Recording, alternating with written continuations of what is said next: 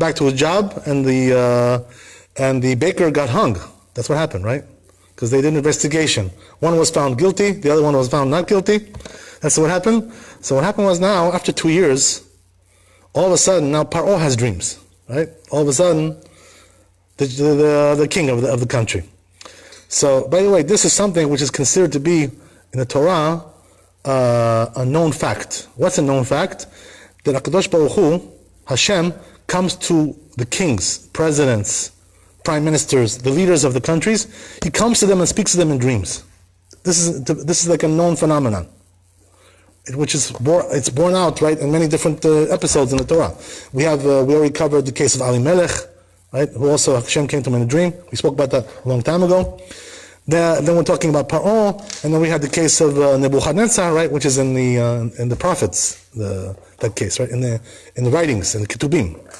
So there also, Nebuchadnezzar, he also had dreams, and really the dreams of Paro are compared to those dreams. There's all kinds of comparisons that are made. We're going to talk about that. But the point is, right, why does HaKadosh Baruch Hu do that? Why does he come to the king in a dream? Because the king is considered to be an important person, right? Somebody who's very crucial for the maintenance of the world. So therefore, it's in his hands. The upkeep of the world, the safekeeping of the world is in the hands of the king. President, whatever it is, right? So because of that, HaKadosh Baruch Hu needs to communicate with them. Because the truth is, right, that the kingdom, it says in the Chazal, something amazing, right? That the kingdom is basically a symbol. It's a representation of the upper kingdom, the lower kingdom, right, which we have over here, the president, the Congress. It represents the upper kingdom as well. What does that mean? That they're really like one and the same. You understand? When that one does something, it affects what happens down here. It's like linked. There's a link there, right? It's a linkage, and that linkage is directly affects one the other. It's like the lower kingdom mimics the upper kingdom. Whatever happens over there, they do also over here the same thing. That's what happens. Yeah. For every nation, exactly, right. But especially, right, here we're talking about the most powerful nation in the world at that time, which was Egypt, just like we have today America, same thing, right? Same idea. In those days, the big superpower was Egypt. So Paro was the biggest king of the world. He was the biggest president, the leader of the free world, right? Whatever, whatever it is, right? You want to call these things. He was the leader of the free world, Paro at that time. So Kadosh Baruch Hu comes to him and speaks to him. Why? Because he needs to communicate with him. He's running the whole show over here, right? The earth, who does it belong to? It belongs to Hashem, the earth, So he wants to make sure everything is okay over here, the way it's supposed to be, according to the plan. That's the idea, right? And that's the reason why he comes to them. So, by the way, we also see this today, and there was like a big uproar about this, by the way. You know what happened with the Pence, right? The vice president. Right. He claims, right, that comes to him, the Yeshu comes to him and speaks with him, right? Yeah. So now, let me tell you something interesting about that. Right, we're going to see right over here that. Don't tell me it's true. It's a good question. Is it really true or not? You should know. That's a good one. I like that. Okay. The women on the View, those I don't want to say it, they misinterpret it and make the big deal. What he meant is like we speak to God, we ask Him for things, or that He speaks to. Yeah, what he said was that he gives them advice. He tells them what to do and how to do. You think he meant that? That's what he said. Yeah. So the question is, why does he think that? The vice president, right? By the way, he's a good man. This man, good man. He's an upstanding man, right? Yeah, good man. God bless him. He loves Israel, loves the Bible, loves everything which is associated with us. He loves. Amazing person. This person, right? Unbelievable person, unbelievable human being. Why do I say that? But he, himself, he what does he see? He comes, right, and it comes to him, Yeshu, comes to him in a dream, and he tells him what to do. Now, the question is like this, right? Why is that? What's the reason why he sees this? His imagination is linked to the higher state. As we said, right, that here also, the Kadosh Baruch Hu came to Paro in a dream. Same thing over here, same idea. So then, but why does he see what he sees, right? He describes it like that, So we already spoke about this, somewhat. That what? We said that when it comes to a Goyish king, right? That HaKadosh Baruch Hu comes to speak with them, he doesn't come to them from the side of Kedusha. He comes from the side of Tumah, from the side of Klippa. Right. What does that mean? It never uses the word Adonai, right? Which is the side of the holiness. It uses Elohim. So the word Elohim can also connote, right, like the other side, right, the evil side, the side of the Satan. You understand? Exactly.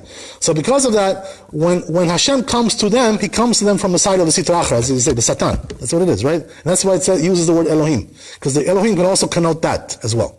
You understand? So what happens is HaKadosh Baruch Hu sends through the Satan, some kind of messenger to come and speak with this guy. That's what it is. Because all the Goyim are linked with that side. They're not linked to the side of the Kedusha, of the holiness. You understand? By the way, you should know that even a Goy who's actually a good person, like Pence, is a very good guy. Right. Very good person. But even them, right, they're not really linked to the Kedusha, to the holiness. What it is something which is close to the Kedusha, close to the holiness. It's the part of the Tumah which is close to the Kedusha, but not exactly, in the Kedusha. It's close. There is such a thing like that, right? So it resembles the Kedusha somewhat, the holiness, but it's not exactly on that side. It's not on the other side, but not too far away. That's what it is. Yeah, exactly. So now the question is like this, right? Why does he see this guy, right? What does he have to do with it? Right? He should see Lucifer, right? I don't know, whatever, if that's the case, right? Some kind with the horns and a tail, that's what he should see, right? Why does he, if that's the case, right? Why does he see that? So you know what it is? It's very simple. HaKadosh Baruch Hu knows that if a person has a certain belief, right? He believes in a certain religion, even though that religion may not be true, but since he associates God with that medium, so he comes to him in that medium. You know why? So he can recognize. You understand? That's what he recognizes as God. So since he recognizes that as God, Hashem says, I'm going to come to you like that, because that's what if I come to you in a different way, you're not going to realize who I am. So he comes down to that level in order that he should be able to realize what's going on. That's the whole thing. And that's why he sees what he sees. He's not lying, by the way. He's saying the truth of what he sees. It's not, they're making fun of him, but it's not a joke. No, I never it's not, yeah. Vice President saw the Lubavitcher Rabbi in his dream. He would be obliviated, like, who is this guy? I don't know. Well, Lubavitcher Rabbi was not a god, he was a rabbi, that's something else. But here we're talking about somebody that you associate with a god. You know what I mean? That's a different story. But it's not Hashem coming, it's coming through Sidra. Right, but but as we said, right, that the 70 nations come through the Sitra Achra. That's where they come from. Right. They get to God from that side. That's their. Why is that, by the way? Because since they didn't accept the Torah, right? That's the reason why.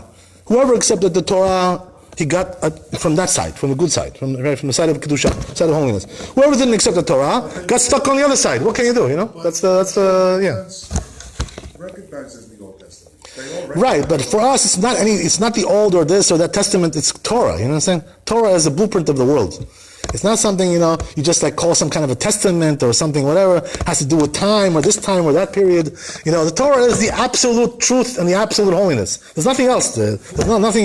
In a sense, it's a blueprint of the world. HaKadosh Baruch Hu created it Himself before the world was created. The Torah existed before the world was created. Understand? So it's considered to be something, the absolute, symbol of holiness. But they recognize that one, and they have a modifier. Right, but the point is, you can't modify something which is the truth. You understand? That's what Christianity is about. You can't modify the truth. There's no way to modify the truth. Either you believe in the truth or you don't believe in the truth. You understand?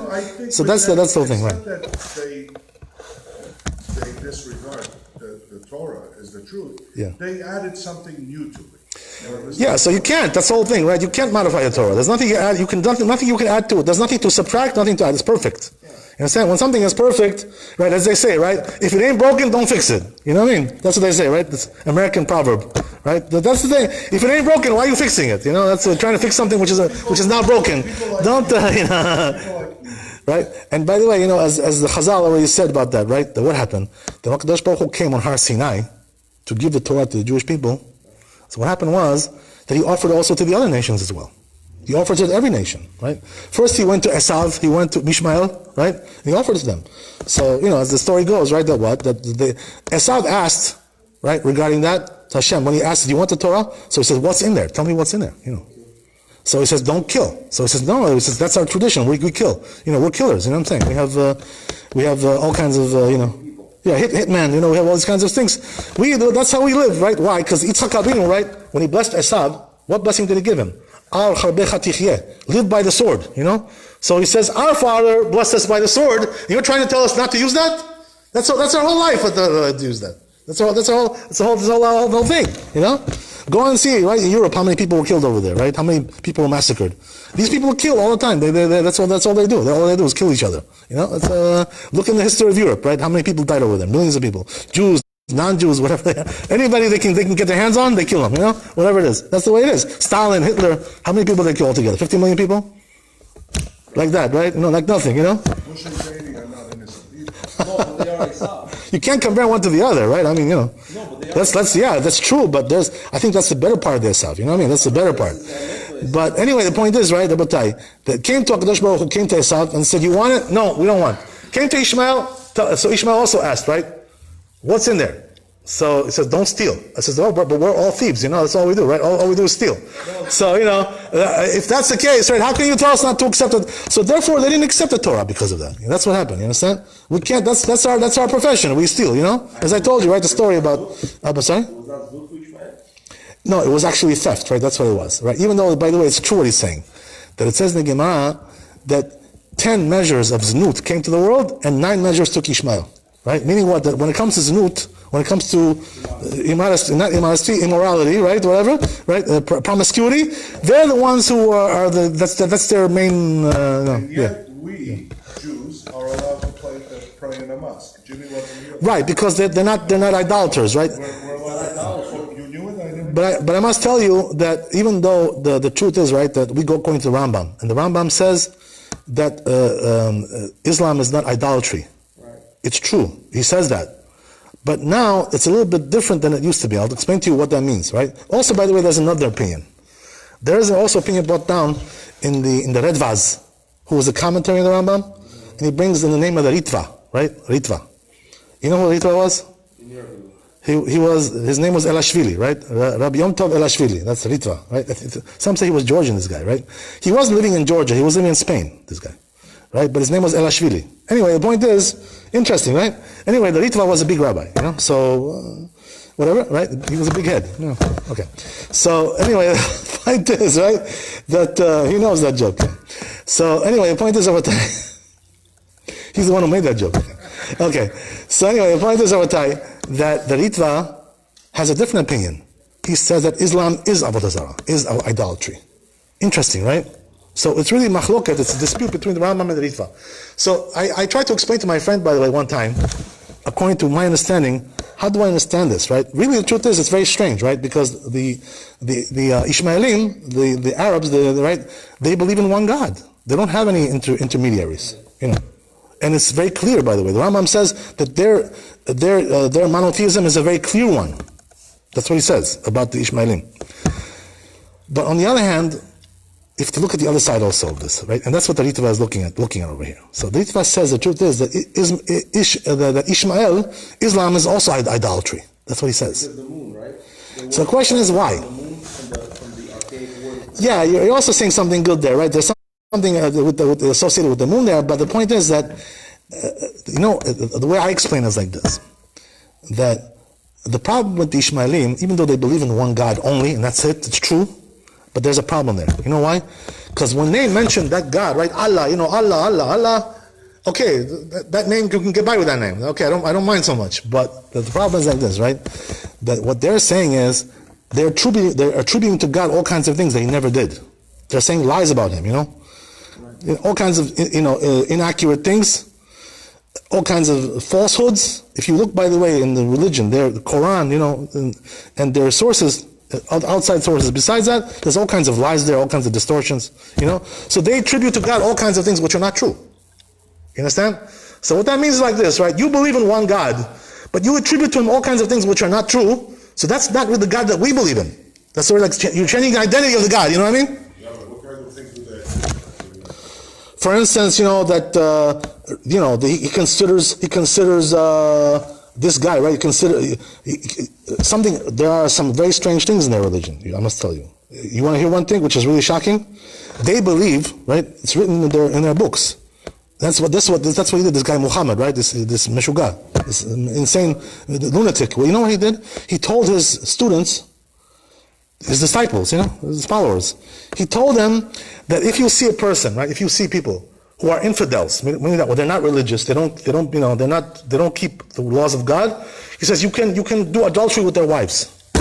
Who else is doing like this? Crazy. You understand?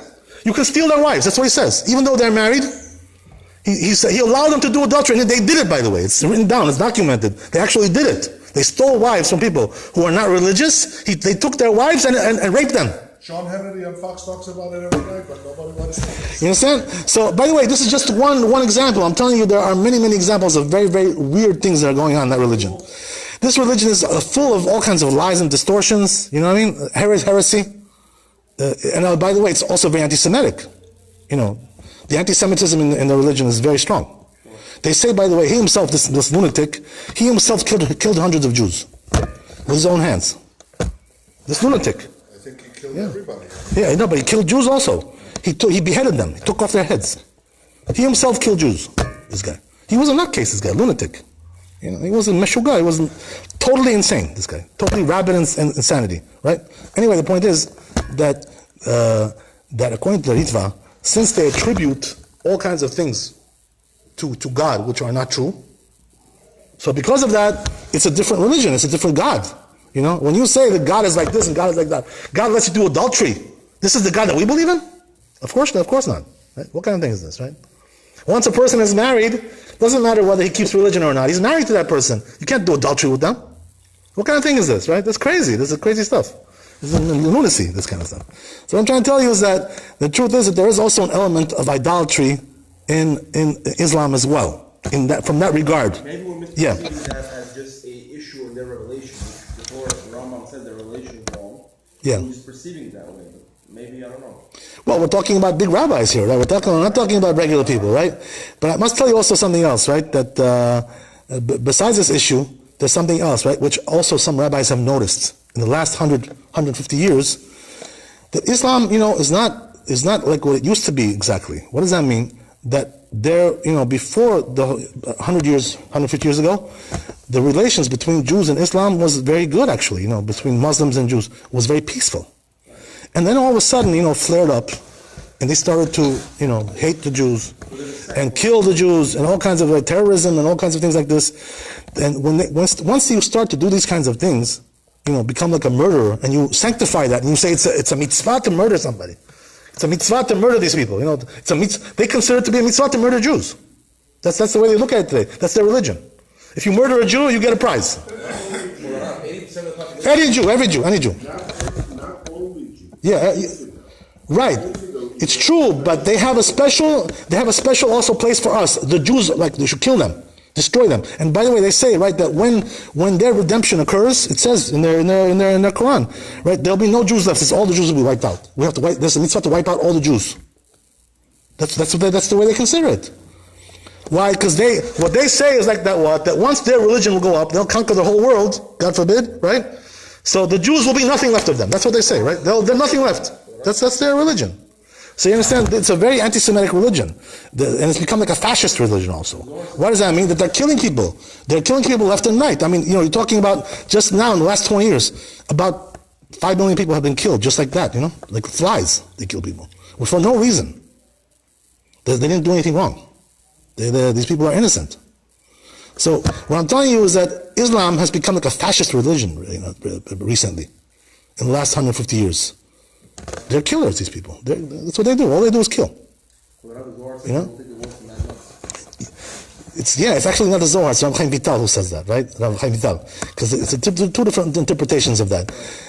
What he's saying is something interesting, right? That it says, right, that in the Talmud, that the Malchut Arisha, the wicked kingdom, will spread for 9 months before Mashiach comes, right?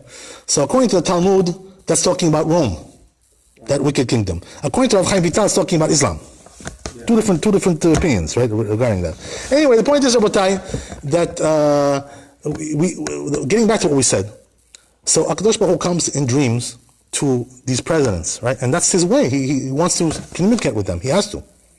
So he comes to Paro, right? And he shows him 2 very strange dreams, right? One after the other, which is what? That he had 7 cows, right, that were grazing on the Nile River, right? That's their big river over there in Egypt.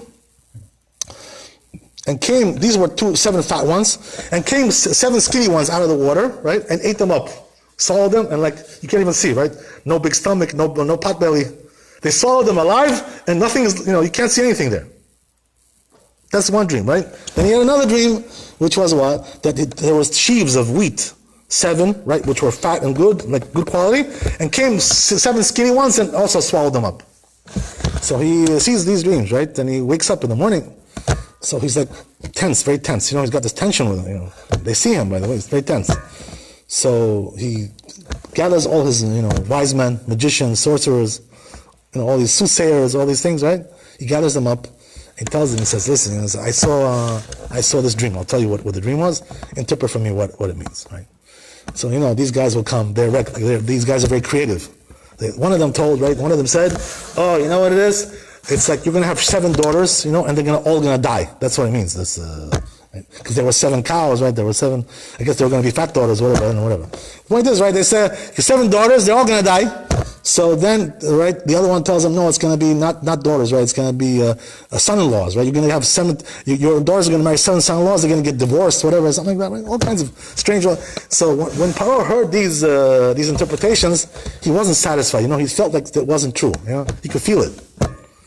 There's a saying by Chazal, a very strong saying. You know what it is? It's a general rule. Nekarim divrei emet.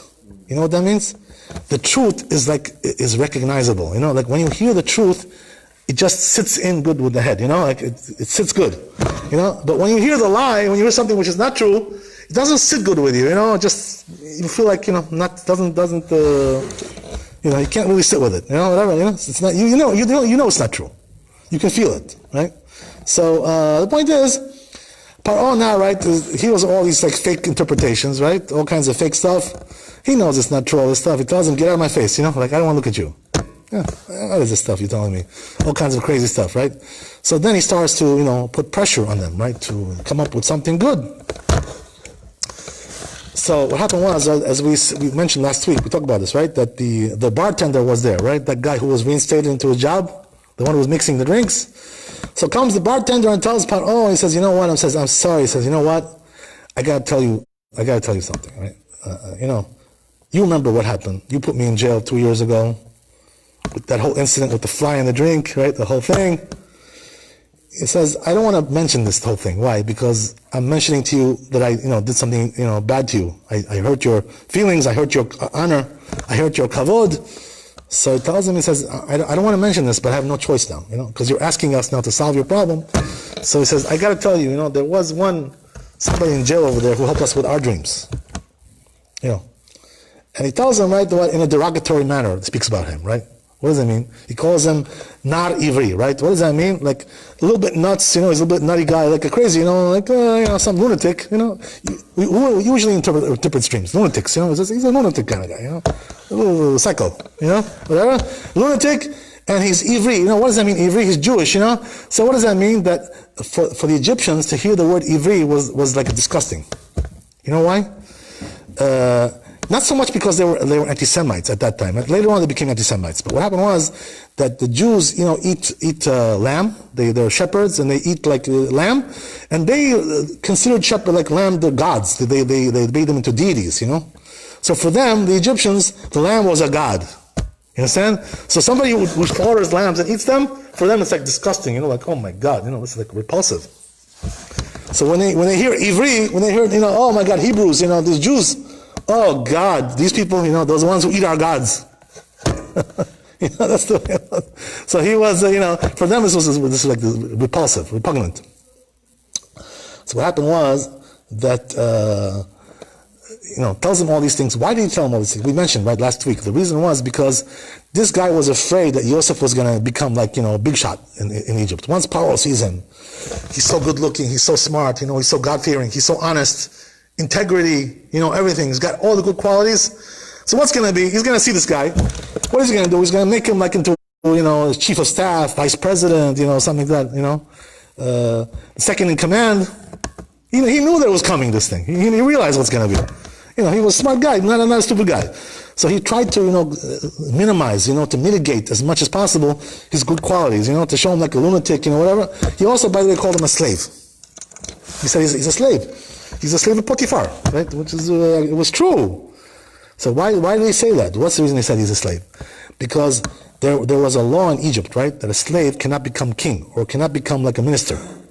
So he was trying to tell Paro, listen, this guy's a slave, so he'll interpret your dreams, but don't think you should make him like a big shot in the government or whatever. That's not permanent, but it doesn't apply in this case, right? He's a slave. The law says you can't make him into a king, right? You can't make him into a minister. You can't make him into vice president. You cannot do any of these things with a slave. That's what the law says in Mitzrayim. So okay, so fine, right? He tries to tell him all these things. So Paro says, oh my God, oh wow, there's somebody like that? Okay, so bring him up, take him out of jail. Right? And let's see him. Let's see who he is. So that day, right, they call him up. They call up Yosef and they say, no, you're being called by the king. Well, what king? What? Doesn't know what's going on. All of a sudden, gets shocked, right? Comes out and it says, the king wants to see you. The king wants to see me? For what? What are we talking about over here? So once he realizes he has a meeting with the king, what does he do? Yosef HaTzadik, right? Look what he does, right? A person who's in jail, he doesn't usually look so nice, right? Looks, unkempt, not shaven, not clean, not showered, right? Doesn't have exactly his best, suit on, whatever. He looks like a bum. So he does, the first thing he does is make himself look good, right? Adorns himself, shaves, gets a haircut, dresses up nice. What's the reason why he did this, not just to make a good impression on Paro, so you should get a job. That's not the reason why. The reason is because we are commanded, in the Jewish religion, this is considered to be something very important, right? You have to give respect to the kingdom. The president, the king, whatever it is, right? All these leaders. A person cannot disrespect them. He's not allowed to treat them with disrespect. Even though, by the way, this also applies if the person is not righteous, he could be also a wicked person, a wicked man, right? Usually these kings are also, they're all wicked, most of the time.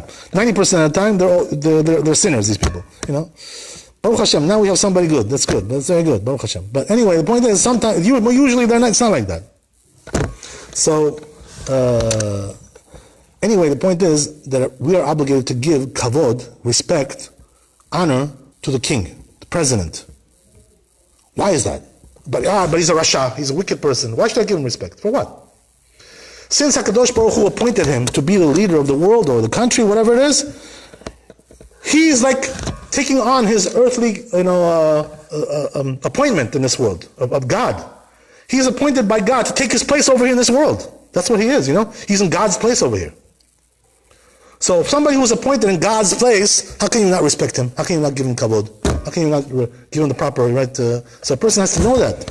When you go to a king, you have to go to a president, you have to treat him with respect. Even if you want to criticize him, let's say, right? Let's say, whatever, You want to say something, you cannot, treat him like disrespectful, like call him start calling him names like they do over here.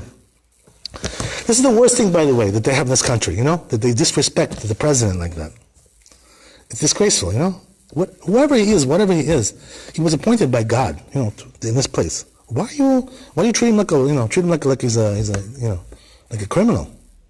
He's not allowed to do that. It's considered to be a very bad thing to do, this kind of thing. He's in place of God over here. So that's it's not a joke. This is the reason why Yosef HaTzadik, right, shaved, got a haircut, came in, right, looking good, sharp, and spiffy. So he comes to Paro, and he tells him, right, I dreamt these dreams. So he says, I heard that you know how to interpret the dreams. So he says, no, can you tell me what my dreams mean? That's what he asks Paro, right? Paro asks him. So Yosef HaTzadik, right, what does he answer? By the way, you see from his answer who he was and what he was, right? He didn't say, oh yeah, I know how to do that. That's my profession. I'm an interpreter of dreams. I'll give you an answer, don't worry. Let me know what it is, right? That didn't say that. What he said was, what, it's not me, it's God. If God will tell me what the dream means, I will tell you. It's not my wisdom. It's not my profession. It's not my, forte. So it's not my prerogative to be an interpreter of dreams. Because God tells me, that's why I tell you. But what do you see from there, by the way, right? That's the difference between the righteous, the really righteous person, the Jewish righteous, the big rabbis, the big tzaddikim. they all had humility. They didn't attribute to themselves the goodness. They attribute to God. If somebody gives them a compliment, they say, God gave me, that's, it's not me, it's God. Whatever He gave me, that's what I have. This is considered to be a very, very good thing, by the way, to behave this way. You should know that whatever good you have, whether you're talented, you're a good musician, or you're smart, you're a philosopher, you're this, that, whatever it is, musician, whatever, it's from God. God gave you that. So you should attribute it to God. Why attribute it to yourself? Who gave you that? What, because you got it by yourself? No, you didn't get it by yourself. If Hashem wouldn't give you wouldn't have it. You were able to maybe develop it a little bit, right? To make it, better, right? You improved it somewhat, but still, it comes from God. So you have to attribute to God. That's the whole thing, right? That's the Jewish way. A person has to know, right, that the way of Judaism is humility. Don't attribute to yourself. That's the way all our great forefathers were, right? Whether it was Moshe Rabbeinu, whether it was Avraham Avinu, they never attributed the good to themselves. Always to Hashem. Right? Tell you a funny story, right? When I was in Israel, I met some over there, some very nice rabbis, interesting people. So one of them was actually an interesting man. He was a Persian guy, right? His name is Rabbi Zevichi, right? Pinchas Zevichi. Why do I mention this guy? Also, first of all, he was a good friend of mine, very good friend. But besides that, he wrote a lot of important books in Torah, in Halakha, all kinds of things. He also wrote a very important book about incense, by the way. The incense that they used to offer in the Beit HaMikdash, in the temple. And this incense, right, is considered to be a very important service in the Beit HaMikdash. And it also applies to us, by the way, even though we don't have to the Beit HaMikdash, but we say this passage, of the incense. And because we say it, it's considered to be like we offered it. We say it every day in the prayers. We say 3 times a day, right? The starting, right? The point is, right, that the incense, he has a book describing exactly all the meanings of everything which is said there. Like really, really deep and comprehensive. Nice book, really beautiful stuff. Anyway, the point is, right, that I was really like amazed by this, how he was able to write so many books. He's a young man, by the way, relatively young. I'm sorry? The family still knows how to make it. Yeah? For sure, I heard, yeah. Because every family had different jobs during the time. Right. Some families, then you had like the copper labor. Right. Some families, you had the daughter, family that read.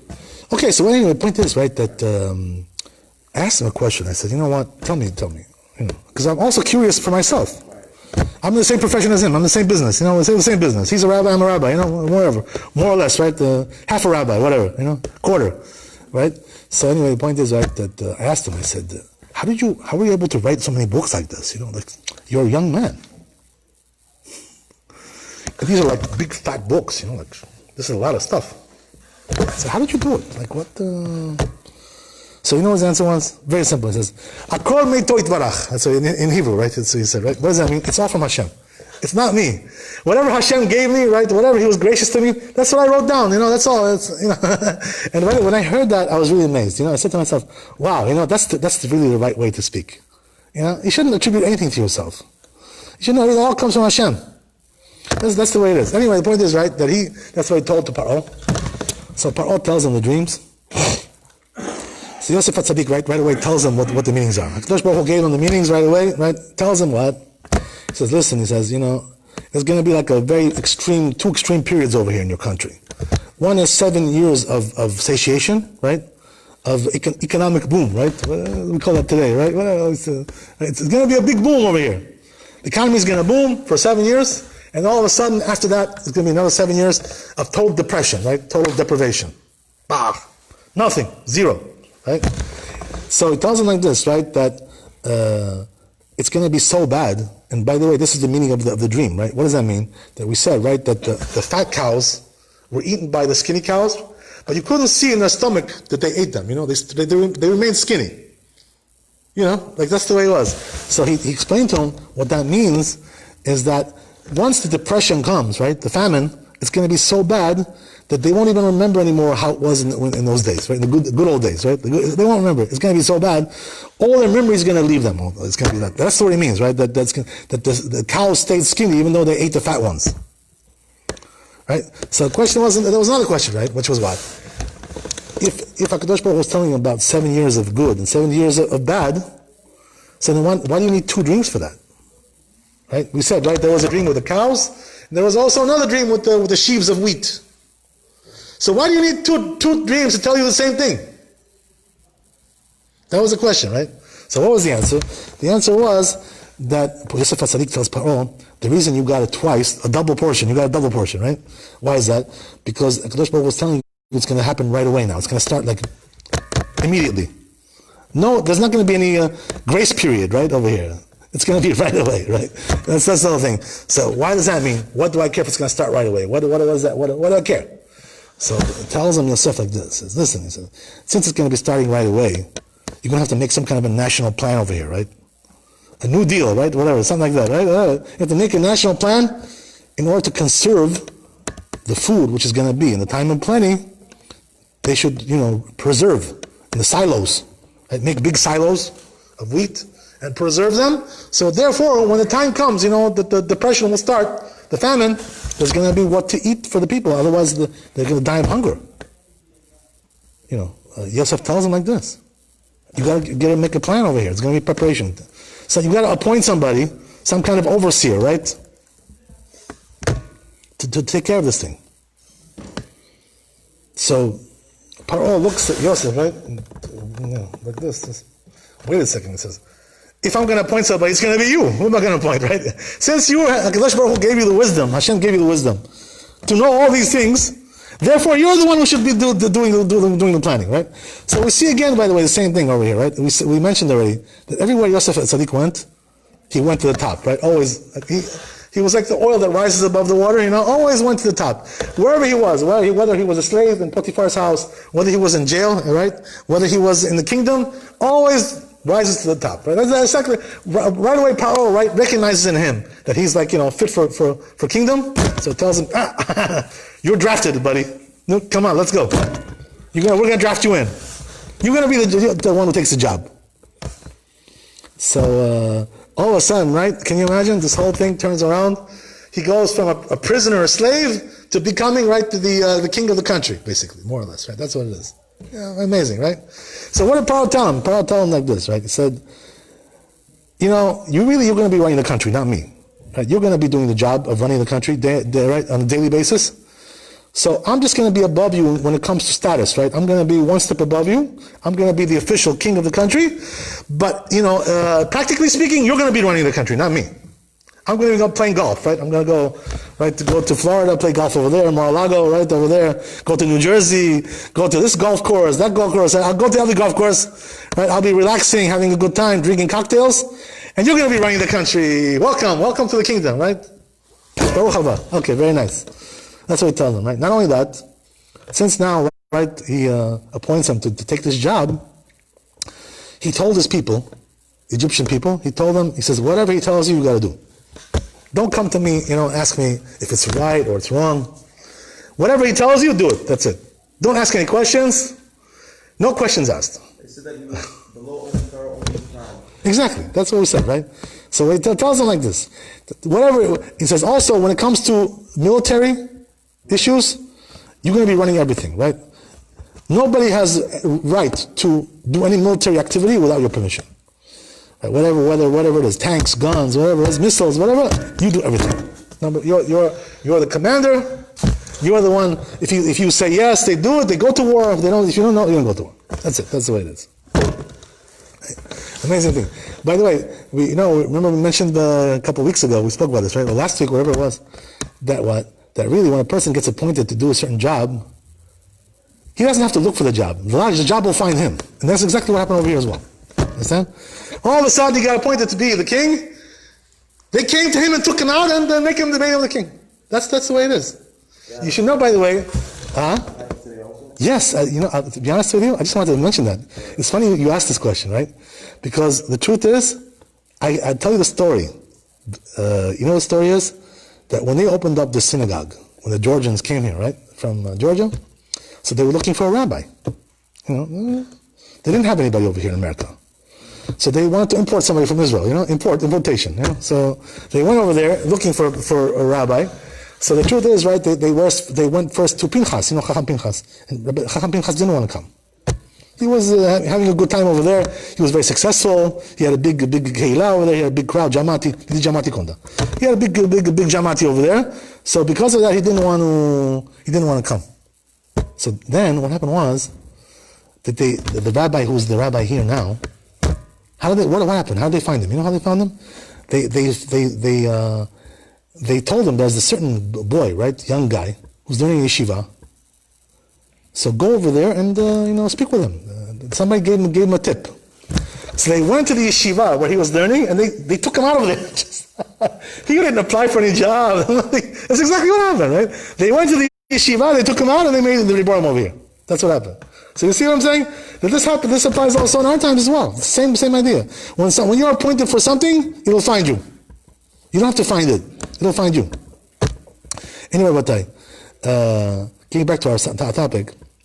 So what happens now is like this, right? Yosef HaTzadik, the amazing thing is like this, right? That Yosef HaTzadik was all the honor and the power and the riches that he got. Chazal say, what was the merit of all this? In what merit did he get all this, right? This is like miraculous because, you come to a country as a slave and you become like, number one head honcho. What? How can a person attain such, status like that in one lifetime, such a short time? By the way, how old was he when he became king? 36. He was 30 years old, right? Because he was sold when he was 17, and he was 1 year in Potiphar's house and 12 years in jail. So when he was appointed, he was 30 years old. Can you imagine such a young man like that appointed over the whole country? Amazing, right? So the question is, what the Zohar Kadosh, by the way, deals with this at length, in depth.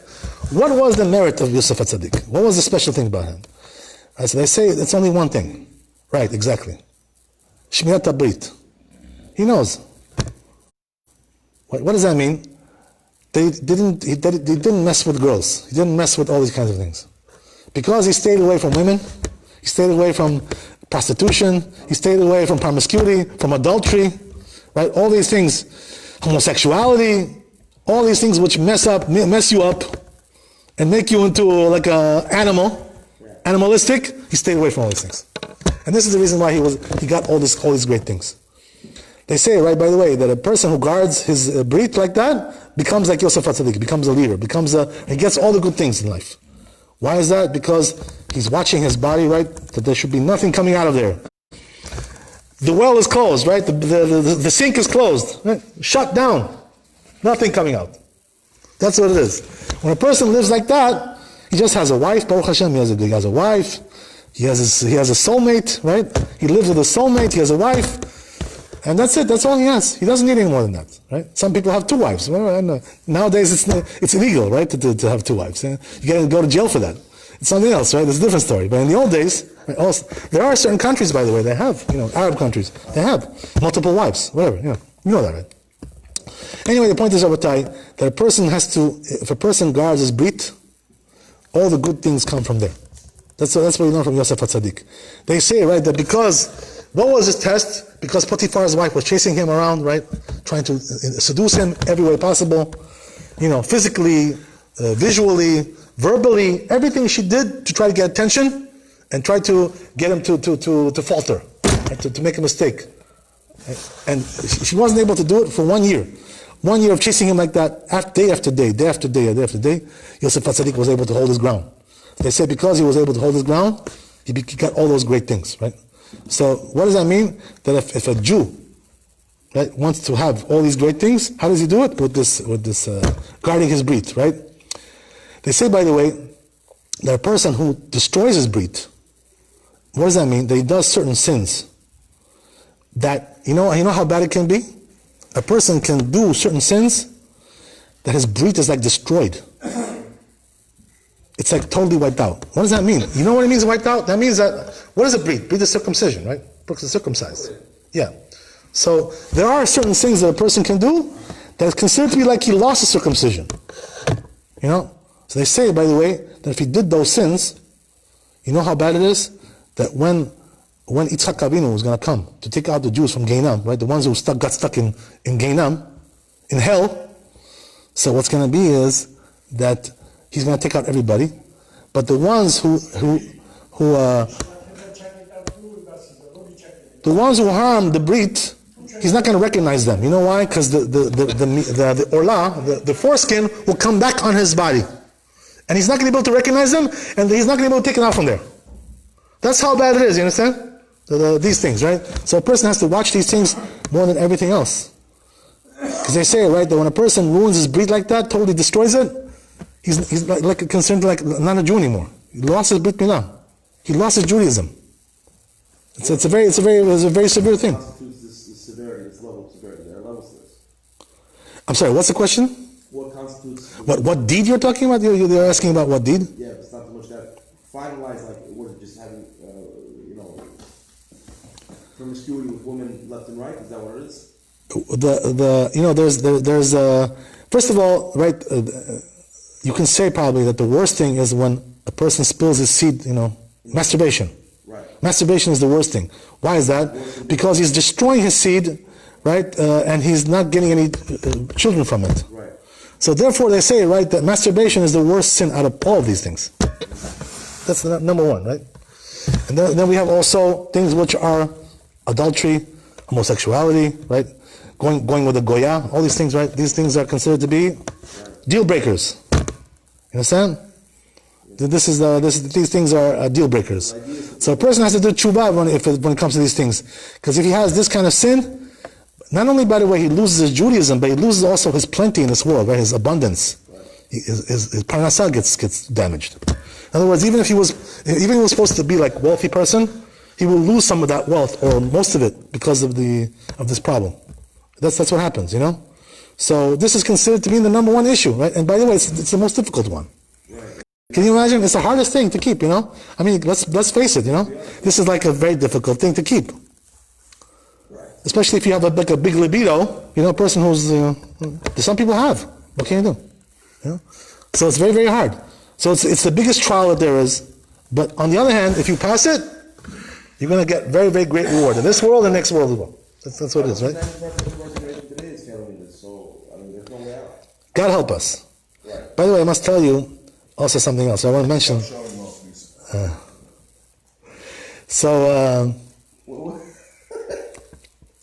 Okay. I want to tell you that regarding, I just saw something interesting today, right? That we spoke about, since we're talking about Yosef HaTzadik. Right. So that always leads us to Mashiach ben Yosef, right? Which comes from Yosef HaTzadik. By the way, this interesting thing, right? The Yosef HaTzadik, we're going to learn. Next week we're going to get into this whole thing, right? We can also speak about it now. We can start now. That Paro also gave Yosef HaTzadik a wife. When he appointed him to be the king, he also gave him a wife to marry. He's got to be married. He's got to be a family man, right? He's got if you're not a family man, you're not stable in this world. You know what I mean? You're like, teetering and tottering from here and there, jumping here, jumping there. In order to have stability, you need to have a family. So therefore, he gave him a wife also. So who did he give him, right? So this is the story, right? That this was, we already spoke about, right? The wife of Potiphar was chasing, Yosef HaTzadik, chasing him around. She thought that it was supposed to be her that was supposed to be with him. Actually, it was their daughter, right? So who did he give him? The daughter of Potiphar, right? The daughter of Potiphar is the one who married Yosef HaTzadik. Right? What was her name? Osnat. Right. Osnat was her name, and she was the one. So what happened? He converted her to Judaism, and he married her. Oh, sorry, she's not the biological daughter of Potiphar. I'm sorry? Not the biological daughter of Potiphar. According to the Chumash, yes, that's what it is. According to the Pshat. Right? There's a Midrash that says otherwise, right? That's what you're talking about. It's a machloket. Yes. Elu divrei Elohim chaim. You know what that means? They're both the words of Hashem. Right? They're both the words of God. All I know is every time I come here, you stop me from going to Uzbekistan. What are you going to do though? We left there. Okay. That's a good one, David. I have to do it. Yeah. To be the biological daughter of Potiphar and his wife is different from being the biological daughter of Dinah and Shechem. Okay, let's not talk about that now, right? This is not the time. But it's really a machloket, right? It's really two different opinions. That's what it is. Okay, but according to the Chumash, though, according to the Pshat, the Pasuk, the verse, it says it's Potiphar's daughter. Who does she have to be his wife? She comes from nothing. Well, all the tribes married non-Jewish women. They converted them. That's what happened. According to one opinion, right? They took non-Jewish women who were living in their area and they converted them because there was nobody else to marry. There's nothing else. We have a tradition that all the forefathers took wives, women from their family, biologically. Two different opinions also over there, right? One says they married their sisters. One opinion. Is that why you're right? not married yet? The other opinion says that they married non-Jews who they converted. That's the other opinion. They're both true. He's looking for the perfect wife. That's why he's not married. God bless. So anyway, the point is, right, we'll help him with that. Don't worry about that. Hashem will help. Who are we? We're nothing, right? We're zero. We're just the messenger. Exactly. We're just the messenger. If we're lucky, we're messenger. If we're lucky, right? If we're lucky. Okay. So anyway, the point is, Rabbi, I want to tell you something amazing, right? That he married the daughter of Potiphar, right? One of the Mefarshim, one of the commentators, says something very deep about this, right? Which is has to do with Mashiach ben Yosef. Because Mashiach ben Yosef, as we said, right, that his job is to wage wars against the enemies of Hashem, right? Hezbollah, Iran, whatever, all these places, right?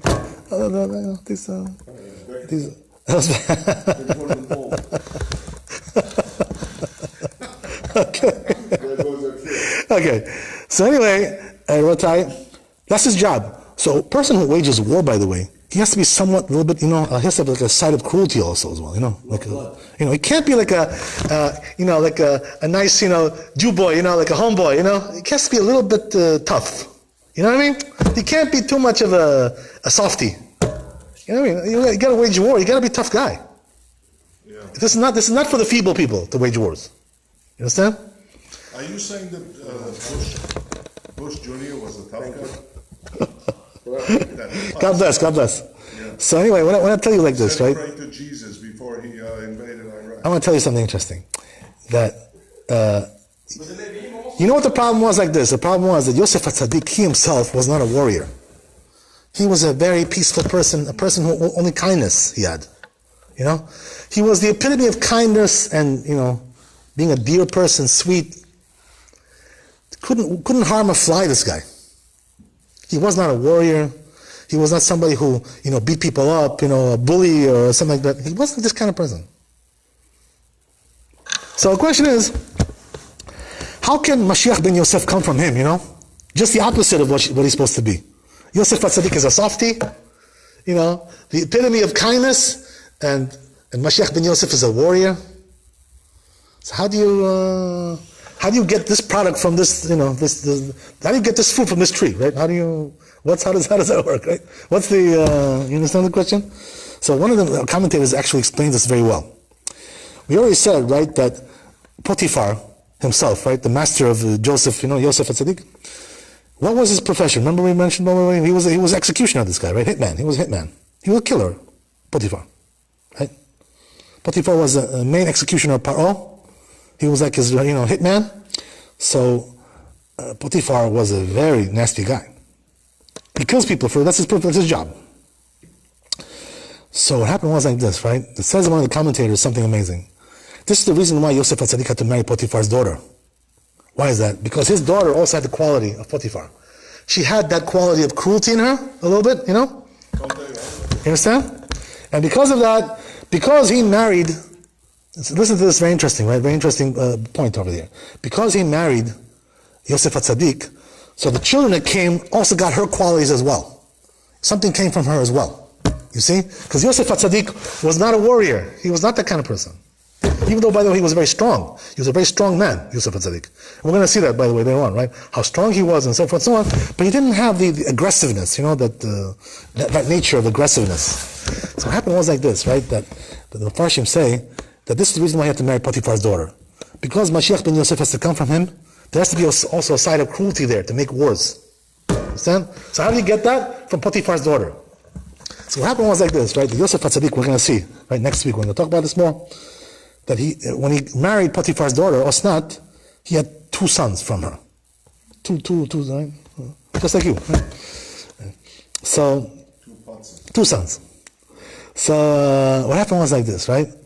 That one was Ephraim, and one was Menashe. We're going to see, right? All this. So, what was the difference between Ephraim and Menashe? You have to understand, right? It's a very important thing to understand. What happened was that when Ephraim and Menashe grew up, and Yaakov Avinu, right, they were brought in front of him to bless them, as their grandson. Yaakov Avinu blessed them. Yosef HaTzadik brought them in to bless them. So what happened was that Menashe was the firstborn, and Ephraim was the second. So Yosef HaTzadik, when he brought them to Yaakov Avinu to bless them, he put Menashe on his right hand, because the right hand is supposed to, the firstborn is supposed to be on the right hand. That's the way it is, right? He's more important.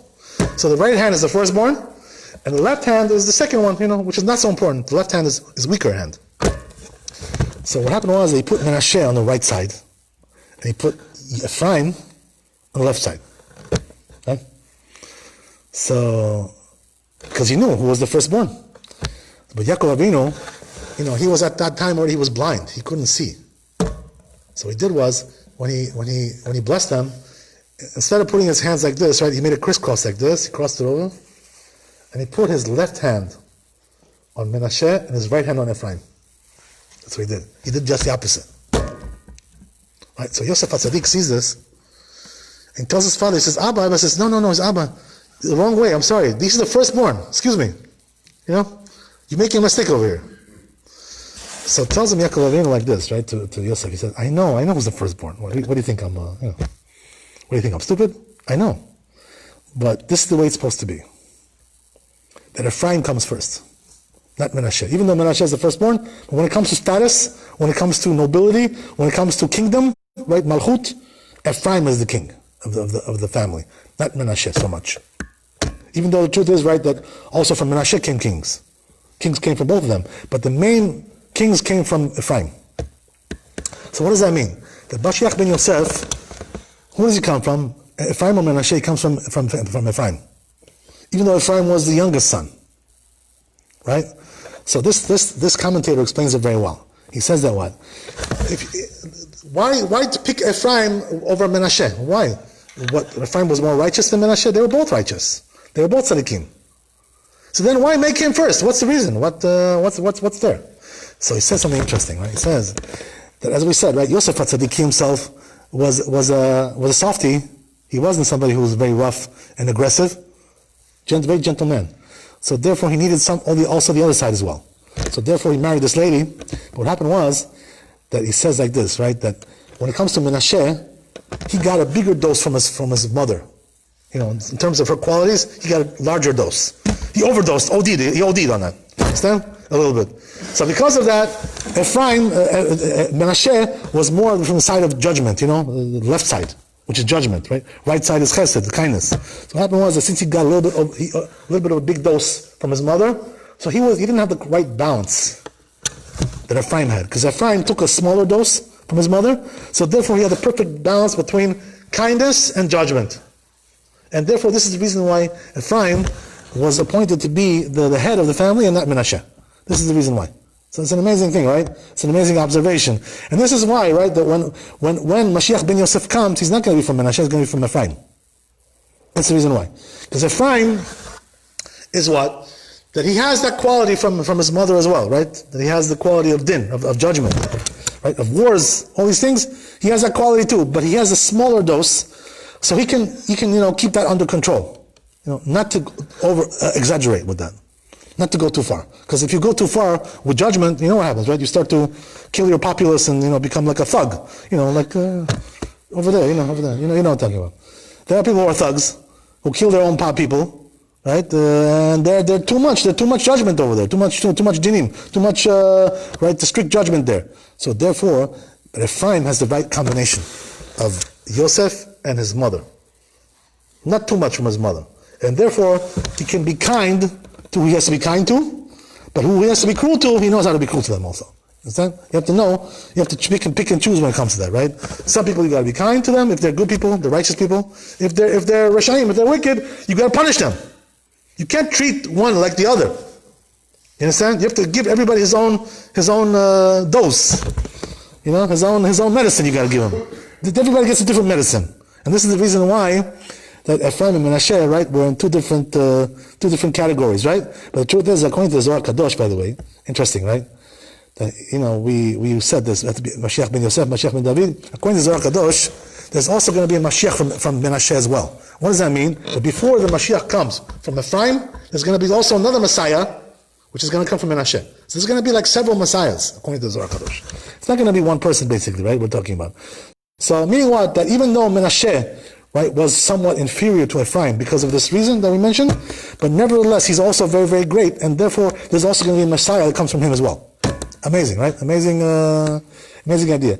Okay, I guess we'll stop here, Rabbi. Thanks for coming. God bless. Thank you. Have a good night. All the blessings to you and your families. Chazak u'baruch.